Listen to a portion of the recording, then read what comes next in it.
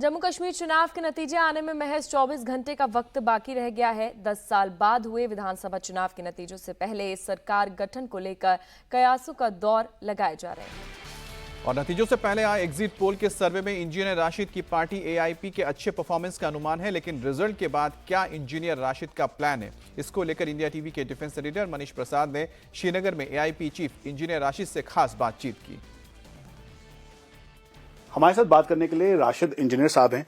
अब ये बता दीजिए कि अब आप मेंबर ऑफ पार्लियामेंट हैं, लेकिन ये विधानसभा के चुनाव ये टोटली डिफरेंट बॉल गेम है। क्या लग रहा है, कितनी सीट्स आपकी आ सकती हैं और लोगों का कैसा आपको जो है अभिवादन देखने को मिला, या फिर लोगों की एक्सेप्टेंस आपके प्रति कैसी थी? इसमें काफी फैक्टर्स हैं। आपने सही फरमाया कि हर चुनाव डिफरेंट होता है। पंचायत का असेंबली से डिफरेंट होता है, असेंबली का पार्लियामेंट से। हर चुनाव की अपनी अपनी अहमियत होती है, सिग्निफिकेंस होती है। हमने 20-21 घंटे काम किया और हमें इतनी उम्मीद है कि अवामी इत्तेहाद पार्टी एक बहुत ही अच्छे क्रेडिबल अल्टरनेटिव के तौर पर उभरेगी।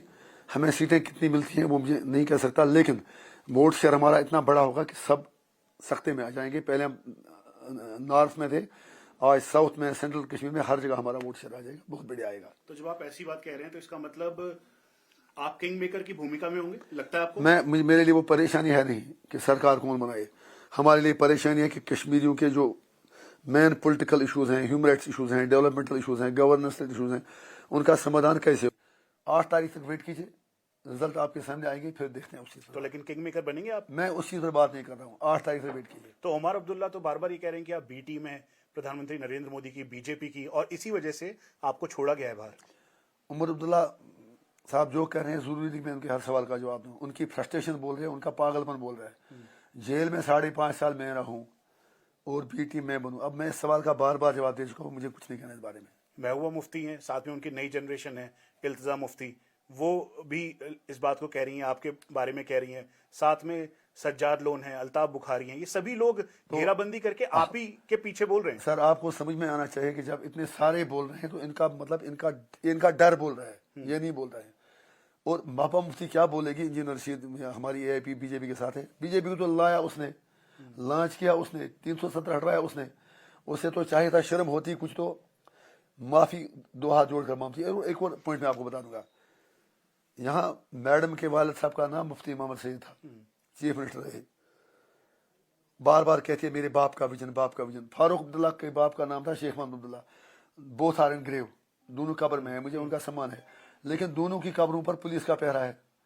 जिनको मर के भी पुलिस का पहरा लेना पड़े वो मेरी सर्टिफिकेट क्या देंगे? Thank you. तो आर्टिकल 370 की आप वापसी के लिए कार्य करेंगे अगर यहाँ पे सिस्टम आपके फेवर में आता है या फिर फेवरेबल होता है? सिस्टम का फेवर मुझे नहीं चाहिए, मुझे सिर्फ इतना चाहिए लेवल बैटलफील्ड। अगर politics is battle of ideas, ये तो मुझे सिर्फ जेल से ही छोड़ दें। हम peacefully, democratically, with in constitution, genuine तरीके से एक पॉलिटिकल स्ट्रगल करेंगे। उसी का डर मोदी जी को भी है और उसी का डर इनको भी है। देश हित या आर्टिकल 370 ये मुद्दे आपको लगता है भारी पड़ेंगे, या फिर स्थानीय जो लोकल मुद्दे जिसका जिक्र आप कर रहे थे वो यहाँ की जनता समझेगी? लड़ाई परसेप्शन की होती है और बात लोगों तक पहुंचाने की होती है। अगर हमें 10-15 दिन और मिल गए होते शायद हमारे लिए बहुत बड़े रिजल्ट होते। 370, 35 ये बाकी चीजें वो मेन चीजें हैं जो लोगों को दिलों को टच करती हैं। डेवलपमेंटल इश्यूज बाद में आते हैं, पहले जब आपका आत्मसम्मान ही ना रहे तो डेवलपमेंट का करेंगे क्या? क्या अल्ताफ बुखारी या फिर सज्जाद लोन के साथ आप 8 तारीख के बाद एक साथ दिख सकते हैं? सभी एक मुझे साथ? उनसे क्या लेना देना है? जो भी मेरी विचारधारा के साथ आएगा मैं उनके साथ हूँ, लेकिन आपको इतना पता होना चाहिए, नहीं पता इंजीनियर का जेल वापस जा सकता है। ये सबसे ज्यादा इनको डर ये है कि ये हमसे बात भी नहीं करते कि कहीं एनआईए ना पकड़ ले, मोदी ना पकड़ ले। अरे जनाब, दुनिया समझती है कि ये लोग इंजीनियर रशीद का नाम लेने से एक तरफ डर रहे हैं कि कहीं ये भी पकड़े न जाए, दूसरी तरफ अपने गंदी राजनीति के लिए कहते हैं कि इंजीनियर रशीद बीजेपी से मिला हुआ है। They want to eat the cake and have it to.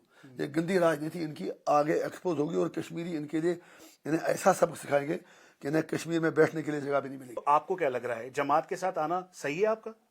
जमात के साथ आने के पीछे कोई रीजनिंग थी। पहली बात है कि हम उनके साथ नहीं आए हैं, सिर्फ इतना हुआ है जब उनके फॉर्म स्टैंड रहे, जो उन्होंने इंडिविजुअल ने फॉर्म भरे, उनका ही स्टेटमेंट आया कि हम इंजीनियर रशीद की सपोर्ट करना चाहते हैं कुछ सीटों पर, अगर वो चाहें तो मॉरली फिर मेरा फर्ज बनता था उसका रिस्पॉन्ड करना। हमारे लोगों की उनसे बात हुई, 3 पॉइंटों पर हमने उनसे बात की, एग्रीमेंट हुआ। एक ये कि वायलेंस बिल्कुल नहीं होनी चाहिए। स्टून पेल्ट को, बंदूक को, हमें इन चीज़ों को नो कहना है। इससे कश्मीर तबाही की तरफ जा रहा है। दूसरा ये था कि कश्मीर इशू के रेजोल्यूशन के लिए पीसफुल स्ट्रगल की जाए। तीसरा पॉइंट ये था कि जब तक कोई कंक्रीट हल बातचीत हो जाती है तब तक अच्छे पब्लिक रिप्रेजेंटेटिव आ जाएं जो लोगों के काम करें, बस नथिंग लेस नथिंग मोर। 5 सालों में विकास हुआ है, आपको लगता है ग्रोथ हुई है, विकास डेवलपमेंट हुई का है? मैं इतना आपको बता दूं, जैसे ही शाम को पोलिंग खत्म हुई, अगले दिन मैंने सोशल मीडिया पर वीडियो डाला। 11 बजे मेरे अपने इलाके में प्राइमरी हेल्थ सेंटर पर ताला चढ़ा हुआ था। वो लाइव वीडियो मेरा हजारों लोगों ने देखा। तो यह अकाउंटेबिलिटी, अफसरों को डर ही नहीं है। मैं नहीं कहता, मैं एलजी साहब की मुखालफत नहीं कर रहा हूँ, लेकिन सच्चाई ये है कि उनको भी ब्यूरोक्रेट ने धोखे में रखा। आतंकवाद खत्म हुआ है आपको लगता है, या आतंकवाद होता क्या है मुझे नहीं पता, मैं तो जेल में था। आतंकवाद अगर आप मिलिटेंसी को कहते हैं, जम्मू का हाल आप देख लीजिए। सरकारी आतंकवाद तो बराबर है, मतलब 50-60 मुलाजिम निकाल दिए। इंजीनियर रशीद जेल में बंद है, किसी एक कश्मीरी को बेल नहीं मिल रही है। कश्मीरी होना पाप है। यूएपीए में जवान बंद है। सोशल मीडिया पोस्ट पर लगभग 20-25 नौजवान कश्मीर तिहाड़ जेल में बंद हमारे साथ हैं। आतंकवाद मैटर ऑफ इंटरप्रिटेशन है। यहाँ आतंकवाद कौन कर रहा है वो अलग बात है। अगर मिलिटेंसी की आप बात कर रहे हैं तो हमें नहीं लगता है कि वो मिलिटेंसी जो कहते हैं सरकारी आंकड़े देते हैं जम्मू में बढ़ गई है। लेकिन अगर आपको मिलिटेंसी आतंकवाद खत्म करना है वो यहाँ से आता है। नंबर गेम में नहीं पढ़ना है, आतंकवाद यहाँ से खत्म होता है। अगर आज अच्छी बात है, अगर कोई आज कर्टसी कॉल के लिए, मैंने अभी कोई मुझे कह रहा था कोई वो सिंगाई कॉन्फ्रेंस में किसी में जा रहा है, कोई मंत्री यहाँ का उधर एमए जा रहे हैं एमए, शंकर। तो मैं तब मानूंगा अगर वो चाय वहां नहीं पीएंगे, कहेंगे पहले आतंकवाद खत्म करो। ये ऐसे नहीं चलेगा। एक पोस्टिंग यहाँ करेंगे, पहले आतंकवाद खत्म करें, उधर से जाके वहां गले मिले, अरे नवाज शरीफ जी बिरयानी कैसी है, मजा कैसा है, ये करेंगे वो करेंगे। खुल के बात करनी है। अगर उनको लगता है पाकिस्तान कुछ कर रहा है उनसे बात करें, और पाकिस्तान से भी मेरी गुजारिश है कि वो भी कश्मीरियों को डायरेक्ट में न रखें। जुड़े हुए सवाल हैं। पहला, आप दिल्ली गए थे मीटिंग करने।